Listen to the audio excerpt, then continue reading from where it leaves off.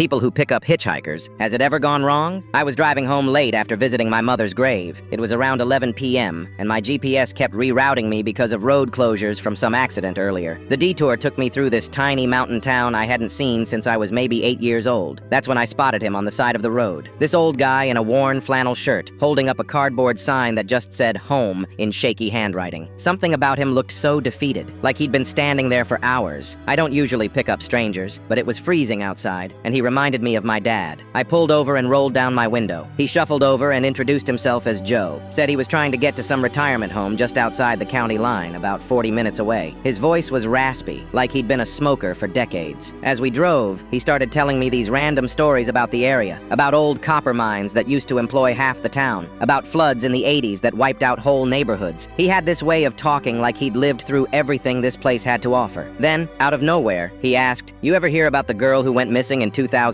My hands tightened on the steering wheel. That was the year my older cousin Emily vanished from this exact area during a family camping trip. She was 19, just started college. One day she was there, the next morning her tent was empty. Search parties looked for weeks but never found anything. Her name was Emily, right?" Joe said, staring straight ahead. I pulled over so hard the tires squealed. My heart was pounding as I turned to look at him. This random old man I'd picked up somehow knew about my cousin. "How do you know that name?" He reached into his jacket pocket really slowly, like he was afraid I might freak out. Then he pulled out this small keychain with a pink plastic dolphin charm hanging from it. I recognized it instantly. Emily had bought that stupid thing at some beach gift shop when we were kids. She carried it everywhere, said it was her good luck charm. "Where did you get that?" My voice came out as barely a whisper. Joe looked down at the keychain in his weathered hands. His eyes got watery. "I tried to save her," he said. He told me he was homeless back then, living in the woods near the campground. One night he heard screaming and saw two local guys dragging a girl deeper into the forest. He followed them, but by the time he reached this clearing, they were gone, and there was blood on the ground. Joe said he found Emily's backpack nearby and buried it to hide the evidence, in case those guys came back looking for witnesses. He kept the keychain because he felt guilty about not being able to help her. He said nobody would have believed a homeless man anyway. For 20 years he'd carried that dolphin charm, hoping someday he could tell someone what really happened. I drove straight to the sheriff's department. The deputy on duty looked annoyed until I mentioned Emily's name and showed him the keychain. Then his whole attitude changed. They brought in a detective who'd worked the original case. Joe led them to the exact spot where he'd buried the backpack. Sure enough, they found Emily's stuff, along with other evidence that had been preserved in the dry mountain soil. The two men Joe named were still living in town, both in their 40s now, with families and jobs. When the police showed up at their doors with DNA evidence, it only took a few hours before one of them broke down and confessed. They'd been drinking that night and saw Emily alone by the campfire. They admitted to attacking her, and when she fought back, things got out of hand. They panicked and buried her body somewhere they claimed they couldn't remember. Joe never made it to that retirement home. Turns out he'd been lying about having a place to go. He just wanted to finally tell someone the truth before he died.